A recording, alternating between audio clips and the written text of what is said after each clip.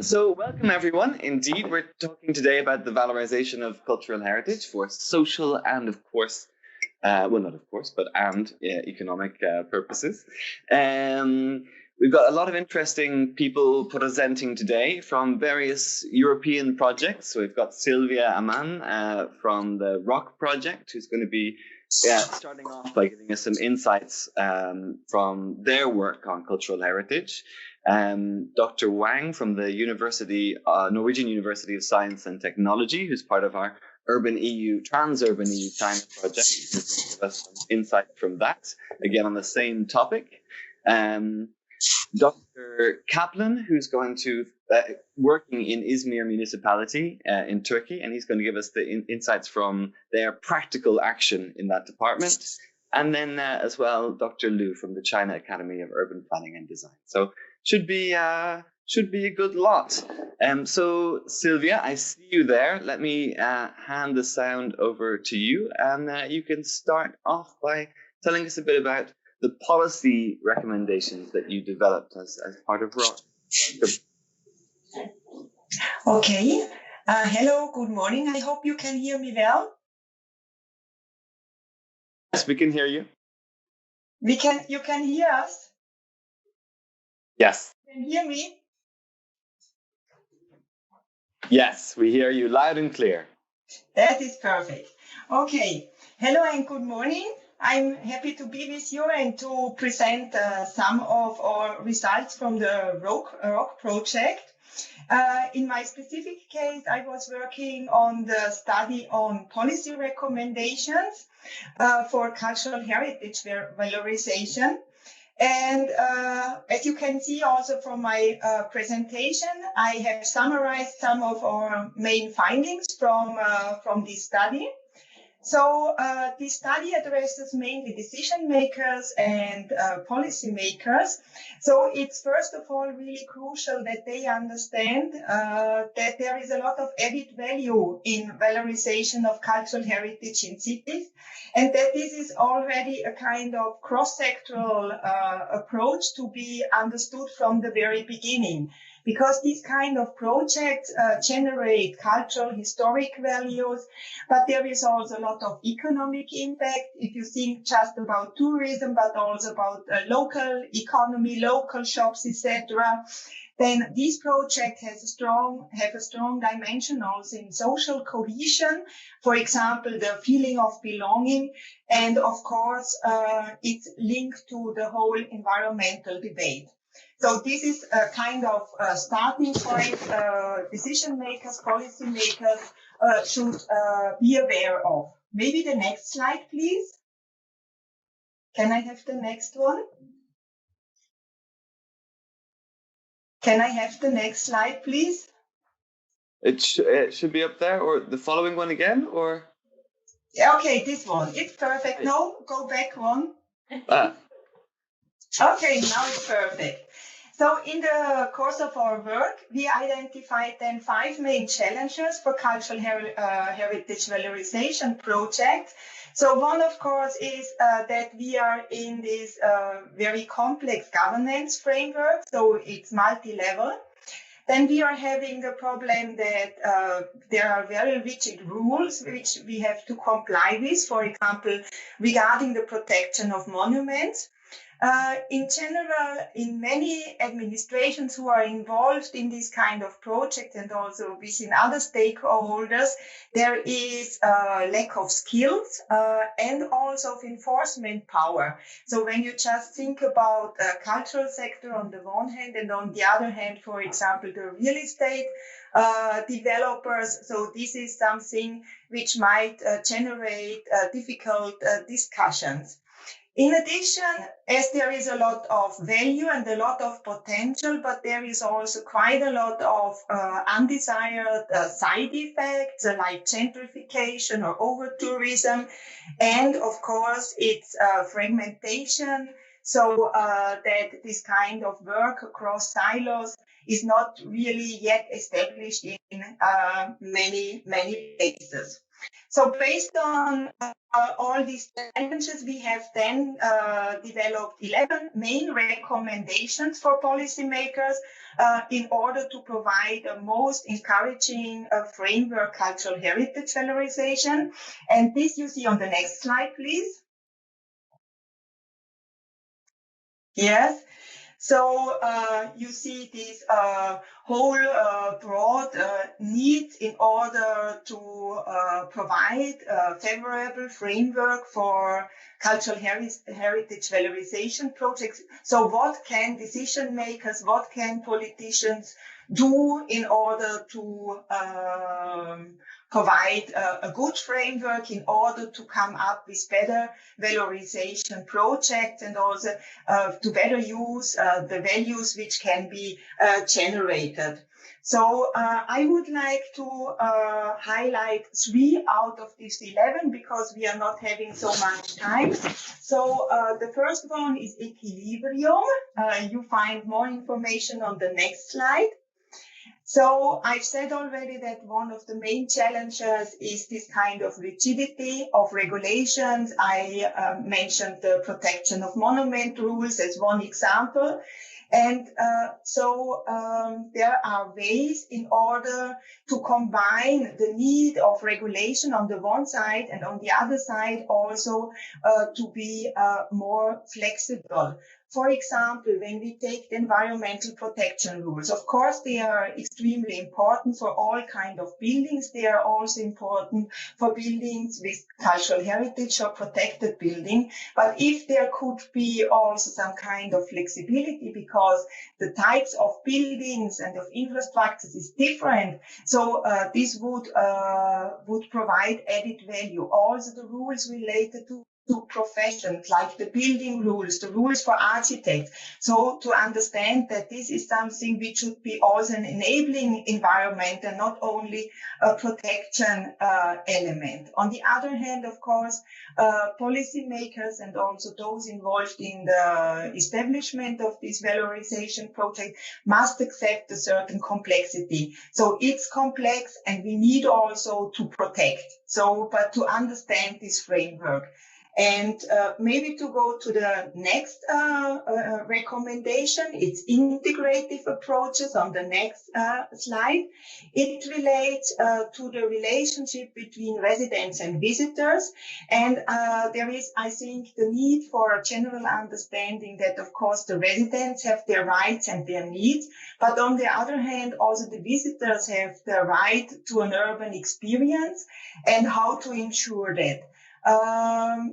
We have also to avoid damage to the cultural heritage, but we have also to find kind of framework which allow for this interaction between the residents and the visitors. For example, this could be in the context of regulations related to tourist apartments, but also that you work against seasonality, a better territorial balance so that there is a better distribution of tourists. And what we thought also when elaborating our study, that it would be really good to have a further exchange on good practices, because this is a kind of topic with which many cities are struggling and try to find new ways in order to harmonize these different needs, interests, but also needs for regulations. I'm coming now to the last kind of insight in the recommendations, and this is transversality. It's on the next slide, and it's inherent somehow to all these valorization projects, because all these kind of different sectors are already per definition involved. You will be connected somehow to urban policies, to economic policy, to cultural policy, of course, and also to environmental questions. So somehow people implementing valorization projects do not really have the choice to decide if they would like to work cross-sectorial. It needs, therefore, also broad involvement of stakeholders, and we need to understand also their different backgrounds. It needs also political support for cross-department cooperation. This is still often not the case, that this is more thought in kind of narrow political terms, because there is maybe a certain political competence, because there is maybe also specific budget dedicated, but it would be extremely important to overcome that. In addition, it's important to understand also the positive side effects from cultural heritage valorization, meaning also to understand the impact on other sectors like social sector, health, environment, etc., and evaluating in general the cultural heritage.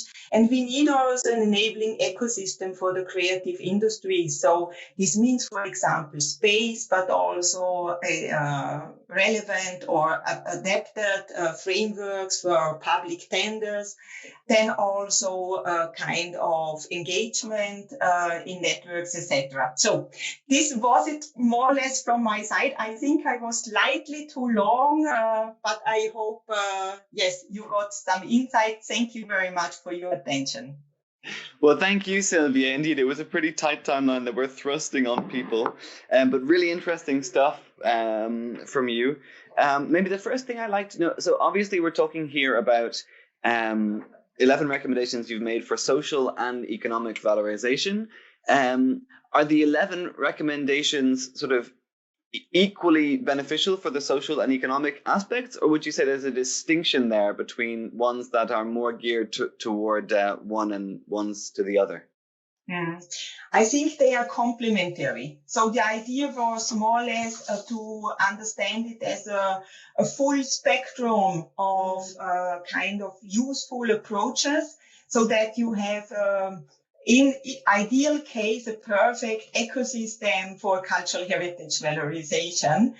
But on the other hand, of course, there are some crucial ones which we always need to understand from the very beginning. I think this cross-sectoral element, which I already highlighted before, is really crucial.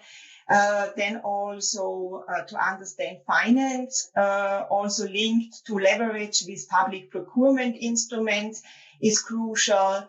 And also to understand, of course, evidence, impact measurements, because this links again directly to the finance aspect. If you have good arguments, good facts and figures on the table, also financial negotiations will be much easier. So it's difficult to build up a sort of ranking because it's complementary, but on the other hand, some are really core. Okay, interesting. Yeah. So, but that's good to know that that in general that these are two things that move forward together, despite, as you point out, all the difficulties. And maybe we could move towards one or two of those difficulties. So, for example, you talk about coming with evidence, but we know that cultural heritage is kind of famously difficult, except in some obvious cases, to determine the impact of. Have you got any sort of insights to share with us about how cities can make progress in that department? Yes, no, it's in general, it's a difficult topic which is widely discussed in all EU politics, and how to improve a kind of evidence base for the whole cultural sector, including, of course, the cultural heritage aspect.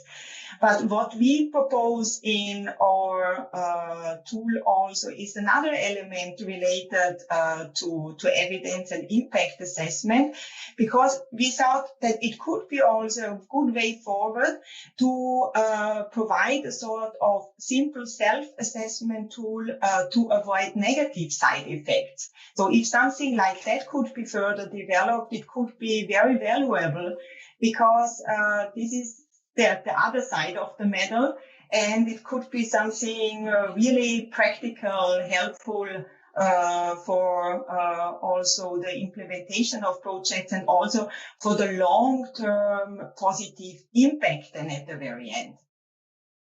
So it's Okay, slightly brilliant. different from what you have asked, but I wanted to stress this idea and this maybe idea to be followed. Well, absolutely well understood. And just before we move on, I'm just putting it out. If any of our attendees have any questions they'd like to ask, they can, of course, use the text box to make themselves known, and we can ask their question, or we can put them live. So we'll just maybe give a few seconds to see if anyone wants to ask a question themselves. In the meantime, I'll ask my own final question. So for me, I'm really interested in this idea of, I mean, it's all interesting, but specifically this idea of flexibility.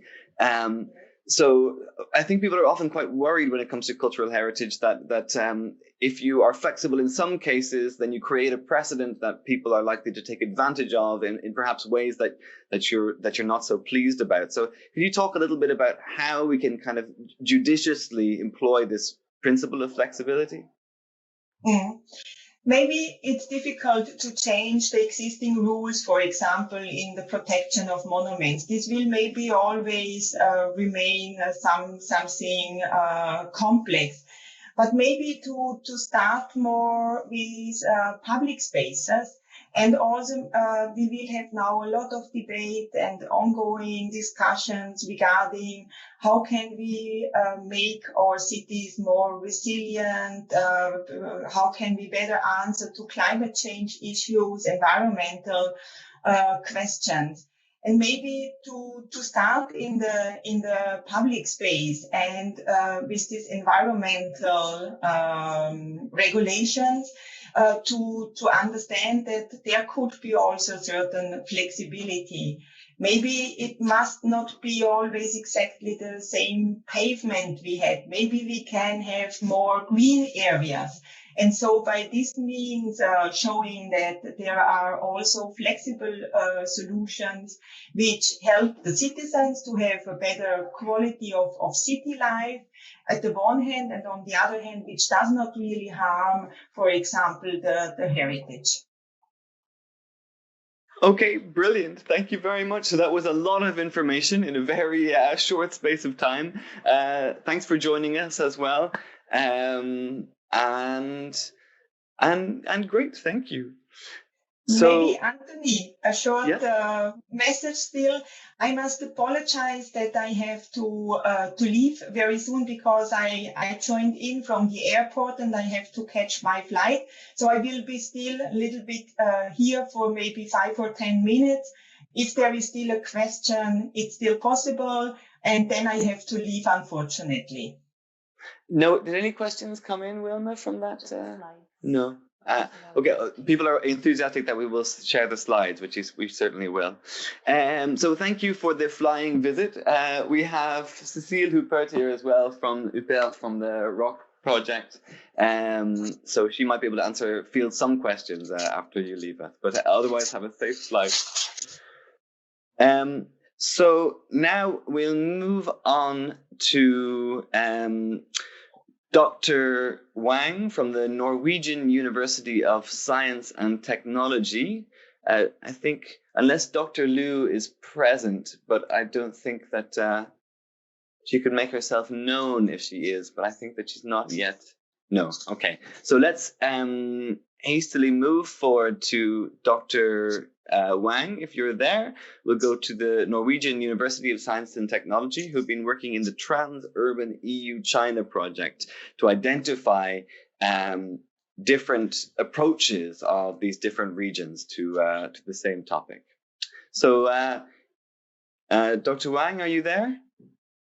Yes, I'm here. Yeah, thank you, Anthony. So I have a slide from you, but please, in the meantime, go. Yeah. Go okay. Ahead. Okay. It's rather than actually just the cover of my presentation. It's not not slides or not more than slides. Okay. Good morning, everyone. I'm Yu Wang. Actually, I'm from NTNU in short, and the Norwegian University of Science and Technology. Thanks, Anthony, to actually invite me to this webinar. I'm so happy to share my our latest kind of research on the cultural heritage which is, we call that the role of the heritage in the urban transition. We use a kind of method of comparative or kind of comparison study between Norway and China. From the picture, you can show on the left side, it's a case we use in China, which is in Xi'an, center of China, and a very traditional neighborhood. On the right side, it's the case in Norway and the city where the university based, Trondheim, a very kind of a historic neighborhood, a very famous ones.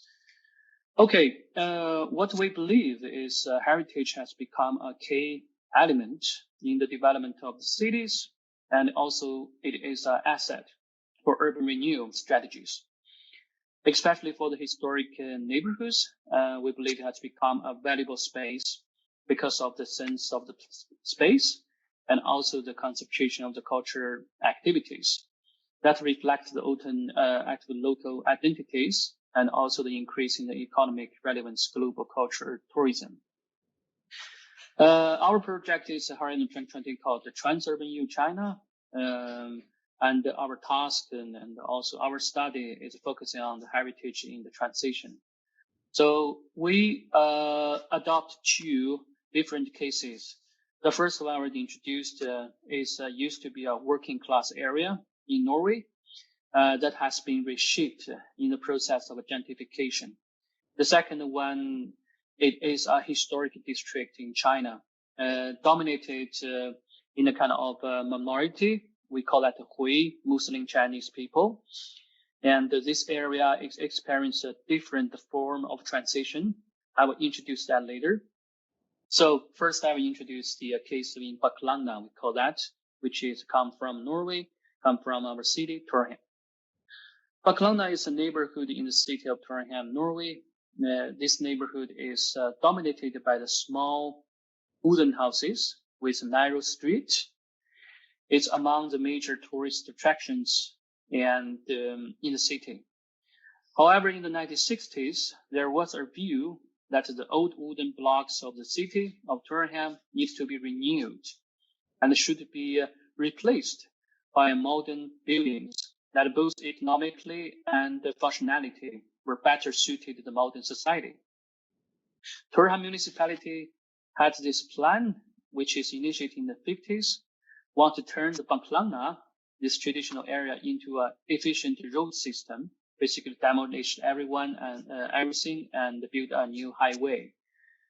But sooner or later, actually, especially in the 70s, the local people, the people are start to react and mobilize against the municipality's plan. The conservationists were often with the residents, associations, and the other supporters. They do lots of actions and activities. Very important step towards demolition was to convince the local owners to sell their house to the municipality. This is the municipality's rule. But the residential association, they actually took the initiatives to move the people into the empty houses, to occupy the empty houses, to prevent the further decay because they are made by wood. Architects from university, mainly from NTNU, made an alternative master plan, proposing a zoning plan, and would preserve the Baklanda as a residential area. In the end, the protester won, and the plan has been kind of withdrawn. The property has been bought from the locals, from the municipality, and which is actually and sold to the private people. Today, the Baklanda appears sincere street and with good living conditions. It has become one of the city's most important tourist attractions. It's known far beyond the country borders. The goal of the activists are reached, we think. But I think today, Baklanda, it is attractive area. It is kind of process being through the gentrification. But you can see the large part of the original population, which is, as a matter of fact, already moved out to a new suburb areas. The people with high education and income, they move in. And Baklanda has experience of gentrification and with saving the building environment. But in payment, I think it's changing the everyday life and culture. Next case we compare with the Xi'an, we call that Beiyuanmen or Beiling, or kind of Muslim district area in Xi'an. The Muslim district area in Xi'an is actually located in the middle of the city center, in the north of the Drum Tower. The dominant population, actually, it is a minority. Minorities in China, we call that the Hui Muslim people. If you actually enter in the Muslim district, the street is very narrow, and the houses mostly are 1 or 2 stories in the Ming or Qing dynasty style. The houses are built in the local traditional courtyard style, identical to the Han Chinese style. Han is the majority of Chinese. Most of them are relatively narrow towards front, but can be very deep. Doing business has been the main professions for the Hui people. This is reflected the traditional organization of the courtyard houses. The production for the extended family business took place in the courtyard and to the backyard, actually, the courtyard. In the middle part were reserved for living accommodations. This kind of the product line was very popular. Another changes or another tendency is in this area is there has lots of the chain restaurants. They introduced a new style and layout. Some shops and restaurants are also going deeper into the courtyards than before. Some breaking the tradition with housing owner living and doing business in the same dwelling.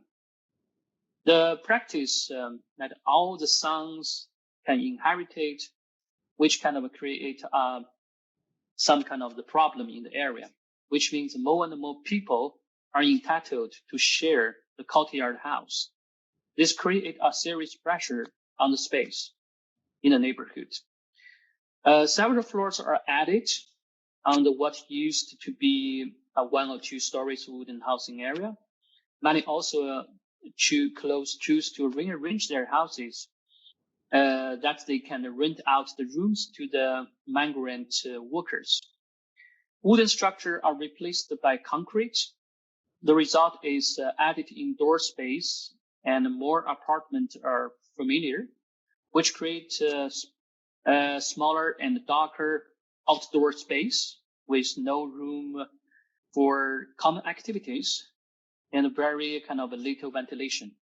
This is also created kind of safety issues by making access to emergency service difficult.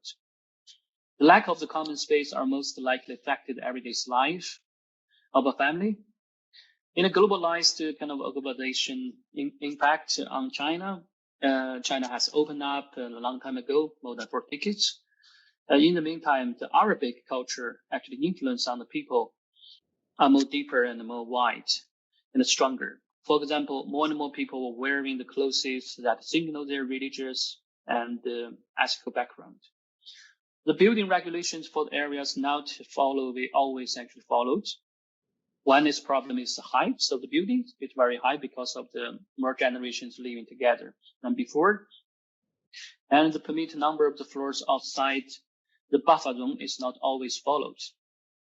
New architecture style and materials are introduced and breaking tradition. It has been a bottom-up process, resulting in the regulations are not being followed. If we compare these 2 cases, we found lots of the similarities. For example, they are both historic districts and neighborhoods. We can actually call that lived-in heritage. Local engagement has been vital for what they are today. They have both become popular area to visit. A key word for both places is change. Both areas has experienced a significant transformations regarding both tangible and intangible culture. For Baklana, the transformation can be described a process of gentrification. Many of the origin inhabitants has to moved out to the apartments blocks in the suburb area. The civil actions against the municipality's plan was led most by the resourceful people with high education, with good economy. When the municipality finally turned, they sold the houses they had taken from the private person. So the Baklana now is a very popular area, something that is reflected by a high kind of a property price. If you look at the case in China, the Muslim district we studied, they are also experienced people. Most of the owners are the same, and they inherited the properties from the previous generations. There, however, some wealthy locals has chosen to buy apartments in the suburb area also. That is similar to what happened in Baklana. But when this thing kind of stand up to improve their life in Xi'an, in Turham, which is kind of regarded as a loss, and was something that is first of all happens to the working class that used to live there. The suburbs are not as attractive as central. When the property price on Baklana has gone up, the Muslim district can offer cheaper accommodation, especially for the migrants workers in this area. As described before, the Muslim district was early appointed as area of the historic value. The narrow roads and the wooden courtyard house surroundings, regulations not followed. The vernacular architecture is threatening the area as a historic district. Also, new symbols are added and emphasize roots of the Hui Muslim people. So this change area, it is kind of we call that in a fundamental way. Okay, this is a short introduction of the comparison study between those two areas. And that's all my introduction. Thank you so much. Brilliant. Thank you so much, Dr. Wang. So very interesting parallel drawn between two very diverse settings. But I mean, I think it's clear what comes out of that parallel. There are 2 or 3 things that I thought were really interesting. So I'm going to ask a few questions. And meanwhile, I'll remind everyone else listening to the webinar that they're free to ask their own questions. If they want to write questions in the IM, then we can ask them, or we can put them live so they can ask themselves as you prefer. So as I go ahead and ask my questions, do please feel free to share your own questions so we make this an open experience. So I'm quite interested in the use of the term gentrification, which is a bit of a controversial term, both in how it's used and, no matter how you use it, in how it's kind of perceived. Is there anything that you saw from these 2 case studies where we think about a kind of gentrification, or a kind of a movement or change of an area in which that signals an improved standard of living for the people that were already there, rather than putting a financial pressure on them? Are there any kind of keys or insights you have to how that can be achieved? Yeah, I really appreciate your asking this question. The term of gentrification, in some content, we believe that is kind of a little bit controversial. But if you look at, we believe these 2 cases, and most likely we believe in the case in Norway, this Baklana case, it is a process of gentrification.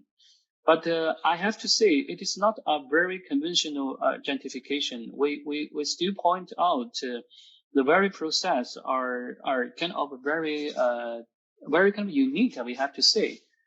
It is because at the beginning, this area be a kind of planned to be demolished, which is because of the local kind of a community, and also with the other kind of supporters stand against the municipality's plan, try to keep this area, which is a kind of the happy coincidence. In the end, I think these places can be kind of preserved, and also made efforts by the locals and also the professionals, conservationists, and also the kind of well-educated people from university to preserve these places. In the end, you can see it's like the other places and like the regular gentrification places. The people who used to stay here is working class and who has low income now is forced to move. but that is not first moved by the people who finally bought these places, which is moved because of the movement or decision making by the municipality. But if you look at the whole process, we can see the gentrification result is the same. But if you look at the story behind of that, it's slightly different. Okay, yes. no, that's very interesting. Let me just put in, because we have a question from one of our participants. Maybe my colleague Wilma here will just read out. We have two questions. Yes. So Wilma, will you Yes. just give us the first of those? Yes. So the first one is someone who says that we're generally talking about built heritage in conservation and urban transition, but they're interested in the role of memory institutions, especially libraries and archives, spaces preserving and providing access to culture through documentary heritage. I'm curious if there been any work considering the role of these public spaces in keeping access to cultural heritage at the heart of urban transition. Okay, brilliant. So rather than built heritage, this kind of communal heritage or public space that facilitates it. Any thoughts on that, Dr. Wang? Yeah, thank you so much for the question. That is a very interesting one. Actually, for our case, two cases, they are all has involvement of local kind of a conservation office, the cultural heritage office, and in the cooperation, of course, with this kind of a memory institute, you call that, like archives, and also the kind of historic kind of images and stories, both the tangible and intangible ones, which is actually in a way to be presented. I have to say this is kind of the very primitive stage. I have to say that at least from these two cases. In Xi'an, where this is where I've come from, the local municipality actually built lots of this kind of uses kind of urban facility, which is through this kind of the urban design, the landscape design, trying to actually recall what it used to be, and also create some signs and also some kind of plateaus and to indicate what has happened before and to tell the stories of what happens. And in Baklana, it's also the same. They create lots of this kind of sites and to indicate what it used to be. There used to be the factory, it used to be the kind of the dormitory for the workers, etc.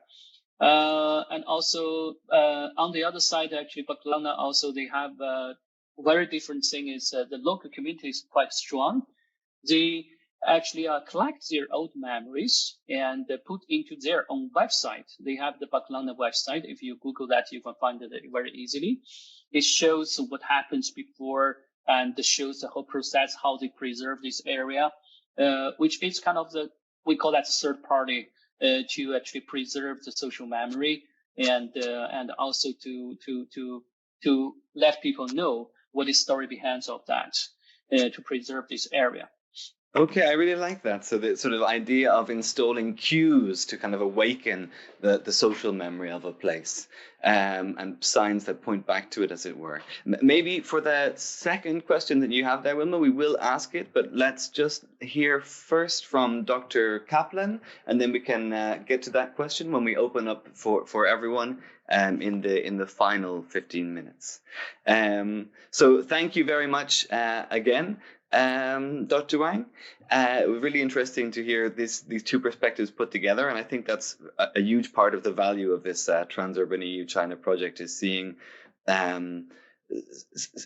different possibilities really emerge and linking them to discover new insights. So thank you, and now Dr. Kaplan, who works in the Izmir Metropolitan Municipality, where they have a really, really interesting best practice that's been quite successful in awakening cultural heritage for these social and economic gains. So, Dr. Kaplan, can you hear me?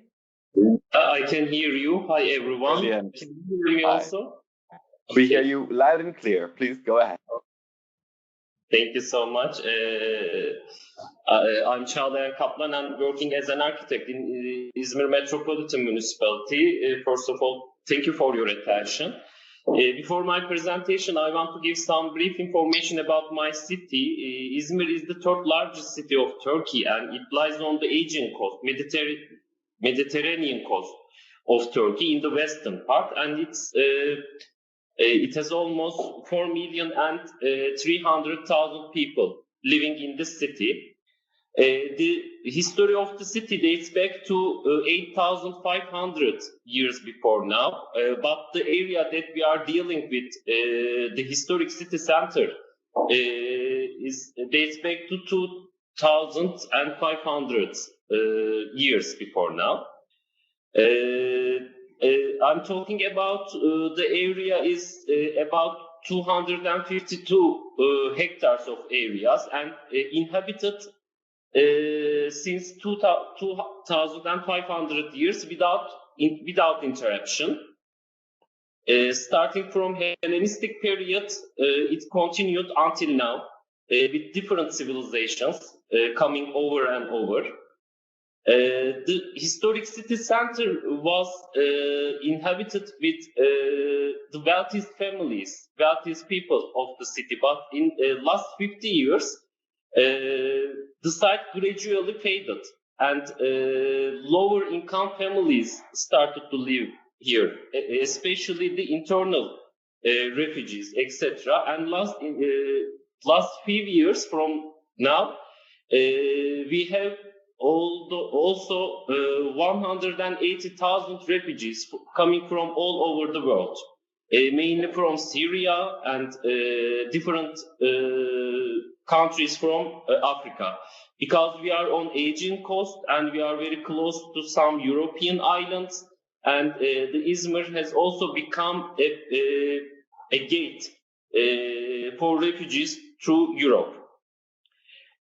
So in 2013, Izmir Metropolitan Municipality decided to rehabilitate, decided to conserve this precious area with a holistic approach, because there were many institutions, many organizations trying to do something here, but separately. So the Izmir History Project started in 2013 for the conservation, rehabilitation, and regeneration of the area, and to realize a sustainable process here. There are some main. I'm sorry for my English; it's getting worse every day, unfortunately. You sound great. Thank you very much. The main aim of the project is to improve the relations of citizens with the history of the city, because we are here, the oldest part of the city, but through the years it became like a ghetto. So people didn't prefer to come to this area. So the main idea was improve this relation again. And the second main aim is preventing gentrification. We have now many internal and external refugees, etc. And during this rehabilitation and conservation process, we want to conserve also the local inhabitants of the area, new citizens, I mean.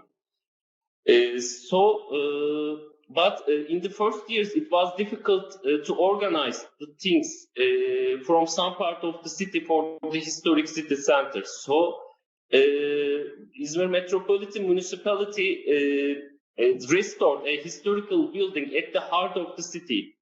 And my department was founded in that building in 2015. So from then, we became their neighbors. So something started to be easier for us, because the communities living around here is introverted communities, and we have also some language problems, etc. So we had to make our workshops in sometimes 3 languages, in Turkish, Kurdish, and Arabic. So as they're being introverted, it was not easy to work with them because our aim was to be a communicator between the communities and local authorizations. We started to work as a communicator. But the first problem was a communication. So first we started to work with children of the area. So after working with them, with the children, we started to reach to their families. Our problem was solving the existing problem of the area with the language of design, I mean, and with the participation of the local communities, because we realized that if we cannot gain their participation in our projects, we cannot prevent vandalism. So, and the second is to organize events, workshops, and training activities to improve the community's consciousness about history of the city. And the third one is creating new services such as cooperatives in regard to their knowledge, skills, etc., based on their potentials of the residents to avoid gentrification. For us, tourism should be a natural result of all these physical rehabilitation and conservation works. But after these physical interventions, we still want these people living here and benefit the results of these tourism activities or conservation or rehabilitation activities, etc. And all the physical interventions in the area is evaluated as social spatial interventions. So in our design processes, we work with also sociologists, psychologists, sociologists, etc. What we are doing three things mainly as we can group. One is design workshops. If we will design somewhere, for example, a playground for children, we work with that children in the design process. We met with children and the designers. And we are doing some workshops just on site and also in our office, etc. And then also we partially implement this kind of urban physical interventions with the local people. Also, we are doing local participation workshops in our office. That I mean to present our projects and to take their feedbacks, etc., and to listen their demands, because very different cultures can demand very different things. As the designers, we are learning many different things from local communities. From decision-making part to implementation, we are trying to include local communities in our projects, in every part, in these local participation workshops. And also we are working with disadvantaged groups, especially women in the area, and we are trying to make some cooperatives based on their skills. And one of the cooperatives was founded in the last few months. We have many new, gastronomical values here that we are not familiar as the Asian or Mediterranean people. There are thousands of people coming from all over the world, and they have many gastronomical skills and new delicious, I mean. And we had some workshops with these women, especially Syrian and internal immigrants. And we work with 19 women here. And as I said before, the cooperation was founded in last few months. And also we are doing some educational workshops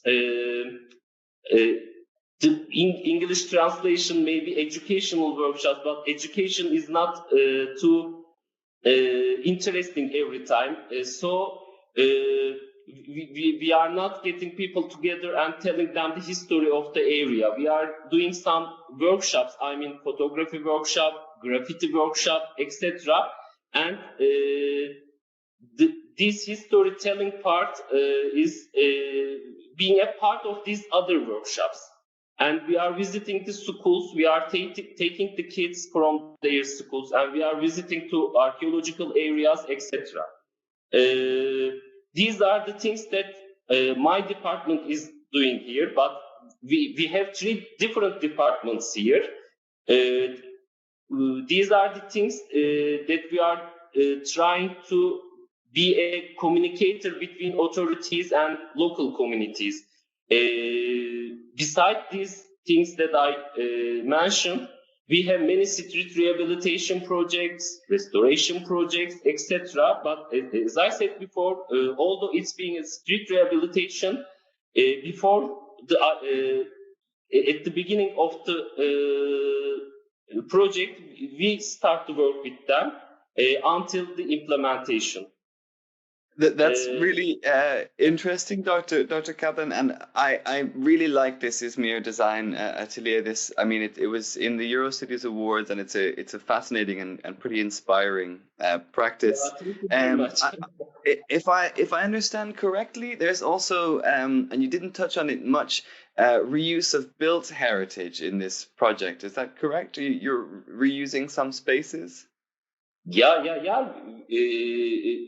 You are asking about the restoration? Exactly.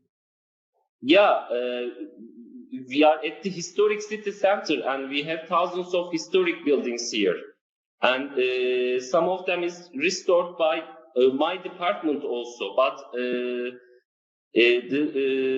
determining the function is too important in restoration works before starting the projects, etc. So just we come together with the people, we visit the building, and we want what they want to see in that building, what they want to do for them, for their children, for other people, etc. Yeah. Brilliant. Yeah, so it's really nice using this, using the way that you've combined in this, the tangible and the intangible heritage to make this kind of double punch approach is really, really nice. I want to open it up to questions from the floor there. So maybe Wilma, can you tell us? Yeah, well, I'm going to ask the latest that I've got because I think it's more specific or directly about Izmir. It says, Samantha says, it sounds like an area with diverse communities. Have you come across diverse views and opinions on cultural heritage, and how do you manage these? Can I take the question again? I'm sorry. Yeah. So the question is, you have these diverse communities, which is great, coming together, but do these communities have different ideas about cultural heritage? And if so, how do you deal with this potential tension? The cultural heritage at the first years, I mean, is not very important for them, was not very important for them. Because they are coming from other cultures, they are coming from escaping from, surviving from internal wars or external wars, etc. And cultural heritage was not very important for them. In the first years, we tried to mention them how important, how the area is important they are settling, and how can they benefit from this area also. Of course, we want some physical interventions, and of course, we want tourism here also, but we try to talk with them to benefit from these things. And we taught them some other cultural heritage areas. We gave some examples, etc. Is that okay? I think. Yeah, no, absolutely interesting. Yeah, so it's kind of something. It's a negotiation to make the cultural heritage of the area relevant to the people that come into it, and that's maybe one of the main tensions as we overcome. By chance of Another the area, question. by chance of the area, I mean the area, as I said before, was settled with many different cultures. And we had many different cultures here, starting from Hellenistic period. And everybody can find something belong to their culture here. Got you. So it's not a homogeneous culture that you're trying to push forward on people. It's rather opening this quite heterogeneous culture to the heterogeneous groups to get something from it themselves. Okay, thank you. Wilma, I think you have some more questions there. I have one more question also from Samantha. I think she did it mostly for Dr. Wang, but I think it can be sent to asked to everyone, to be honest. She asked how everyone deals or considers the sustainability in their planning. Okay, that's a really interesting one. So let's thank you, Dr. Kaplan. Let's put that to Dr. Wang first, and then we'll see if Dr. Kaplan or maybe Cecile would like to add to that. So thank you, Dr. Kaplan. Dr. Wang, are you there? Yes, I'm here. Can you hear me? So can you tell us just briefly about how sustainability is incorporated into these practices that you've described? Okay, those two cases are quite. Oh, I heard some echo here. Okay, all right. Now it's much clearer. The sustainability actually is rich, as I know from those two municipalities, and are kind of. Actually, currently they pay more attention on this. For example, for the municipality of Turham, where the Baklana case is located, they are actually doing this ongoing reform in the municipality management and administration. They're trying to actually rearrange their aims and the policies in a link with SDGs. So the UN's 17 SDGs will be their guidebook for the future implementation of their planning in the municipality. Of course, the Heritage Conservation Department will follow this decision. But so far as I know, they're still in the kind of process of discussion. They haven't actually given more detailed information about how to link to the Baklana kind of management for conservation. For the Xi'an case, I think they are more following the national strategy.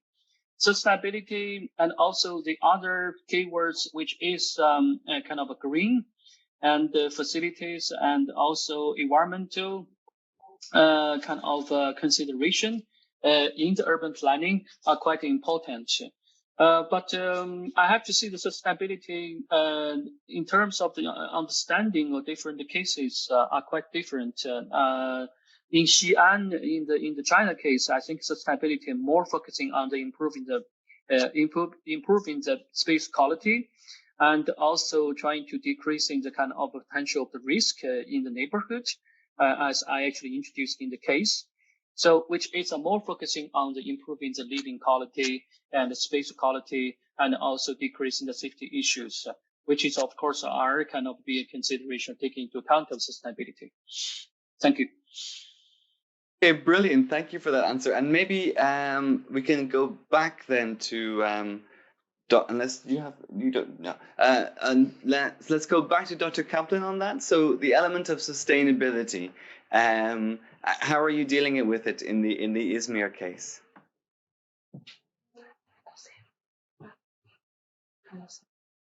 And Dr. Just rejoined. We've got you there. So yes, Dr. Kaplan, can we put that question to you? How are you dealing with the sustainability element in the Izmir case? Can you hear us there, Dr. Kaplan?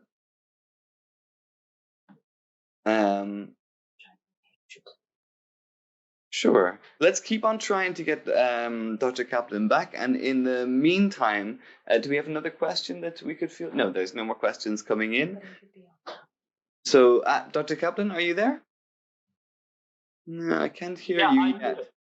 Hi, you're here. Okay, fantastic. So, how are you dealing with sustainability in the Izmir case? We're about to finish up, but it would be great to hear how you're feeling on this.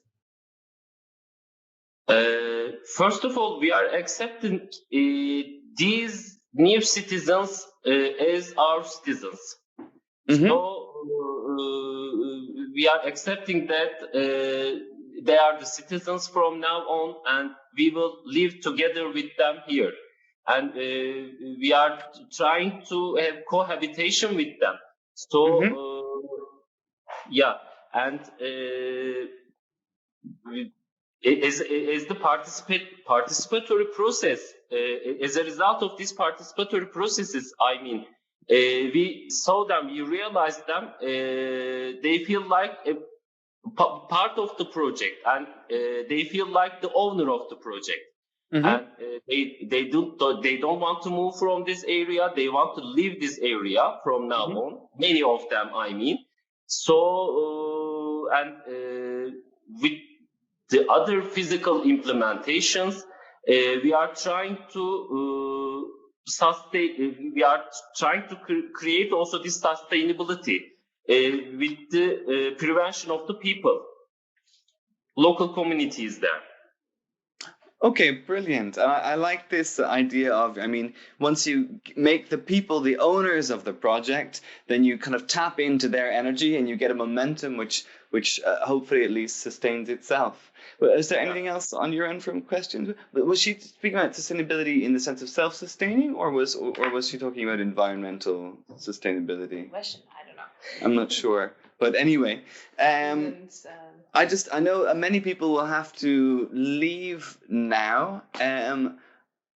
So let me just assure everyone who's listening that we are going to send out this video to everyone who has participated. So you'll have a chance, if you're disappearing now, to see what was said. I just want to ask one more question to both of the speakers that remain, and that is relating to these bottom-up processes. So you all mentioned the involvement of citizens, the motivation of citizens, and Dr. Wang, you even spoke about this kind of maybe tension between what the citizens are doing, the bottom-up process, and the legal environment.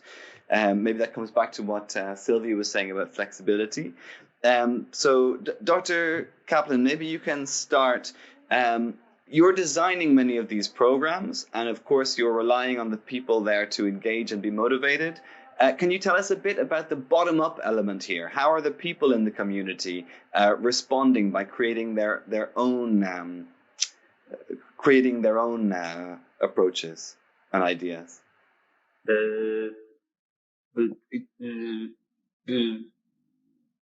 So, for example, I know that there's businesses that some women and things are developing businesses, right? I mean, these are responses, bottom-up responses to the environment you're creating. Yeah, many of the people living in the area doesn't earn regular money and doesn't earn money regularly. I mean, so in the first days, I mean, our aim was a design problem, but after settling the area, we realized that there are something more important than the design of the physical environment. So these new creating new services became more important for us because first of all they should have a job and they have many skills also. And starting from the women of the area, and we are now working with the young people also. We are trying to integrate them some job opportunities in our cities. Yeah. Great. Okay, thank you. And maybe Dr. Wang would just finish up with putting the same question to you. And I think many people here. Also? Pardon?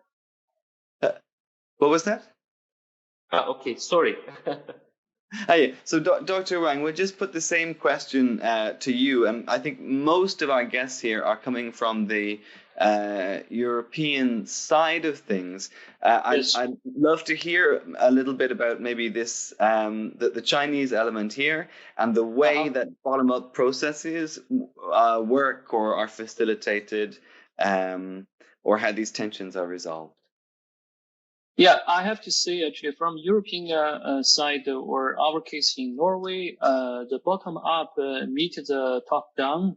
They have a conflict and but they also have a space to negotiate the discussion. There has a space to renegotiation, and in the end, you can see the first municipality to withdraw the previous plan and preserve the space and improve the quality of the neighborhood, and it becomes a women situation.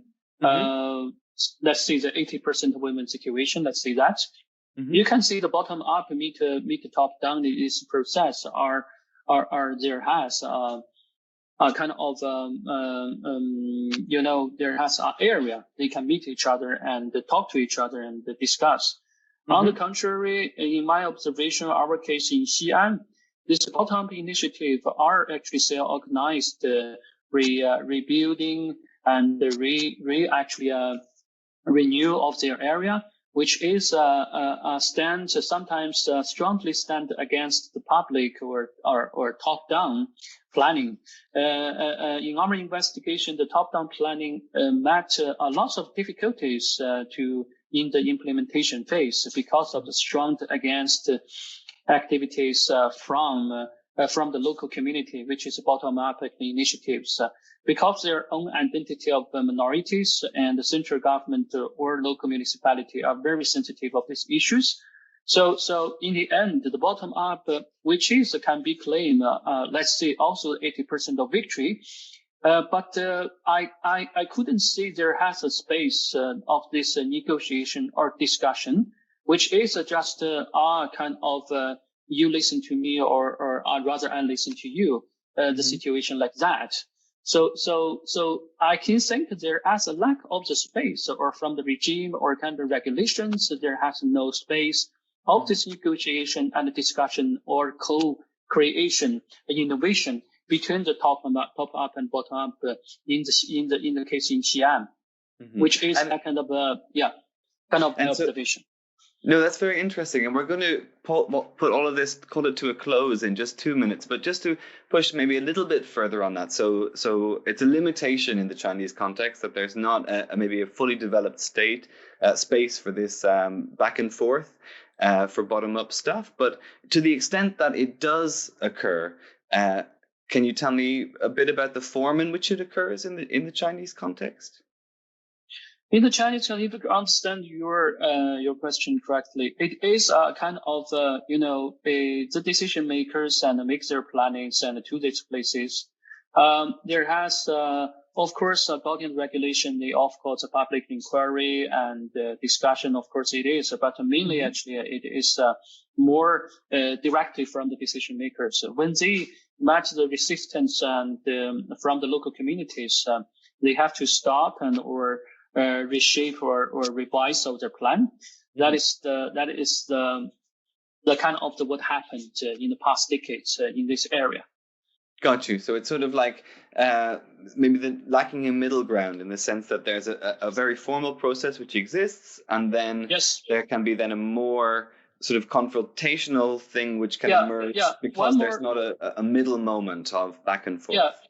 Yeah, one more thing I have to point out, it is because of the very identity of the local community. They are very strong. They are connected to each other. And, but I sense, compare with the case of Baklana, there has a lack of the third party participation, which is the NGOs or kind of, the conservationists and the other associations. Their participation is also quite important.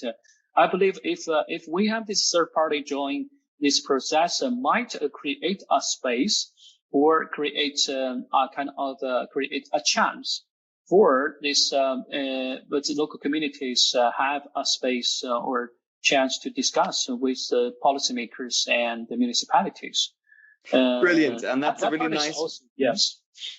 Well, that's, I think, a really nice way to end, with this nod to the future and the course that could be taken, but both in China and I think also in Europe, to usefully increase this participative element in the cultural heritage and in unlocking those social and economic gains. So thank you very much to our speakers and to everyone who participated. As I mentioned earlier, we will make sure that this recording of the webinar gets distributed to everyone who's been here today. Yes, with that, good luck and goodbye.